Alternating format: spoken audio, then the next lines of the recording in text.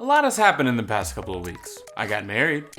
No! I've been on a honeymoon. You're a good dancer. And the world got a first-hand lesson on the butterfly effect. You know, the popular chaos theory where a bat halfway across the world flaps its wings, a man puts said wings into a soup, and it sends a metaphorical typhoon of disease and panic across the world. In all honesty, I've also been holding off on making another video because I felt like the usual tips on credit scores and interest crediting, frankly, who gives a shit right now? Most of you are out of work, on unpaid leave, laid off, filing for unemployment. As it turns out, pandemics are pretty shitty on the wallet. But I finally have some advice that's worthwhile, and it's something you can do right now. Or even the next time that Netflix interrupts your binge asking you if you're still watching. The answer is yes. I don't need this judgment.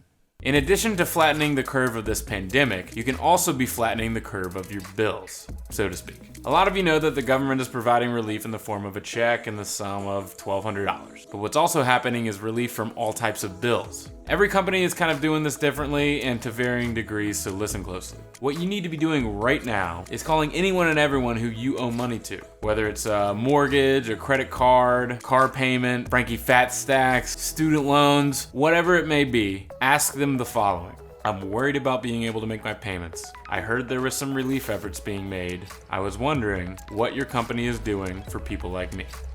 I did this with literally every company that I owe money to, and each one of them gave me a different answer. But on average, in general, the response I got was they would push my payments back for 90 days without interest, without late fees, and without penalties of any kind.